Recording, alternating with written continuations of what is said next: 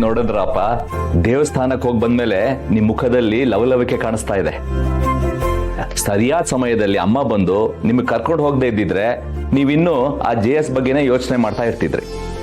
ಹಾಗಂತ ಈಗ ಯೋಚನೆ ಇಲ್ಲ ಅಂತೇನಿಲ್ಲ, ಯೋಚನೆ ಇದ್ದೇ ಇದೆ.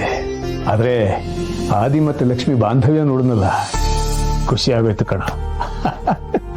ಈ ಬೇರೆಯವ್ರ ತೋಟದಲ್ಲಿ ಹಣ್ಣು ಕೀಳಕ್ ಹೋದಾಗ ಆ ಓನರ್ ಕೈಯಲ್ಲಿ ಸಿಕ್ಕಾಕೊಂಡಾಗ ಆ ಮುಖ ಮಾಡ್ಕೋತೀವಲ್ಲ, ಹಾಗಿತ್ತು ಅವರಿಬ್ಬರ ಮುಖ. ಲಕ್ಷ್ಮಿ ಮುಖದಲ್ಲಂತೂ ಭಯ ನಾಚಿಕೆ ಎರಡು ಒಟ್ಟೊಟ್ಟಿಗೆ ಕಾಣಿಸ್ತಾ ಇತ್ತು.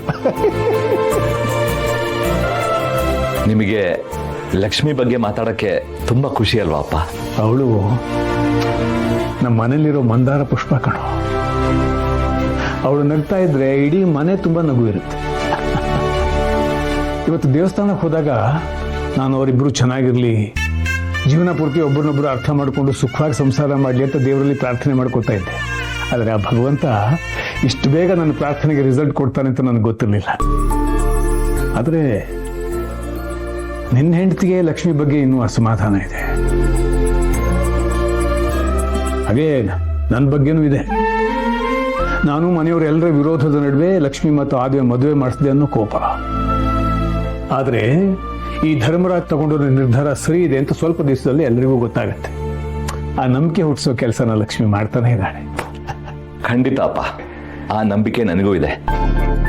ಆದಿ ಲಕ್ಷ್ಮಿ ಜೊತೆ ಜಗಳ ಆಡ್ಬೋದು, ತರಲೆ ಮಾಡ್ಬೋದು, ಆದ್ರೆ ಅದರಲ್ಲೂ ಪ್ರೀತಿ ಇದೆ. ಅದನ್ನ ಹೇಗೆ ಎಕ್ಸ್ಪ್ರೆಸ್ ಮಾಡೋದು ಅಂತ ಅವನಿಗೆ ಗೊತ್ತಿಲ್ಲ.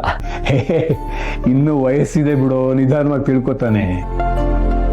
ಇಲ್ಲಿ ಲಕ್ಷ್ಮಿ ಹೇಗೆ ನಮ್ಮೆಲ್ಲರ ಮನಸ್ಸನ್ನು ಗೆಲ್ತಾ ಇದ್ದಾಳೋ ಹಾಗೆ ಅಲ್ಲಿ ನನ್ನ ಮೊಮ್ಮಗಳು ಅಮೃತ ಸಂಜೀವನ್ ಜೊತೆ ಖುಷಿಯಾಗಿದ್ದಾರೆ. ಅವಳು ಕೂಡ ಅಲ್ಲಿ ಎಲ್ಲರ ಮನಸ್ಸನ್ನು ಗೆದ್ದು ಆ ಮನೆಗೆ ತಕ್ಕ ಸೊಸೆ ಹಾಗೆ ಆಗ್ತಾಳೆ.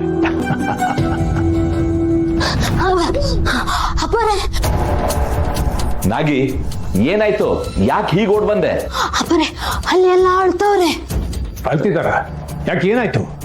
ಅದು ಅಮೃತಕ್ಕಂಗೆ ಏನೋ ಆಗೈತಂತೆ. ಅಮೃತಕ್ಕ ಅಳ್ತವ್ರೆ. ಅವ್ರನ್ನ ನೋಡ್ಬಿಟ್ಟು ಎಲ್ಲರೂ ಅಳ್ತವ್ರೆ. ಏನಾಯ್ತು ಅಮೃತಂಗೆ? ಏನು ಅಂತ ಗೊತ್ತಾಯ್ತಲ್ಲ, ನೀವು ಬನ್ನಿ ಅಪ್ಪರೇ.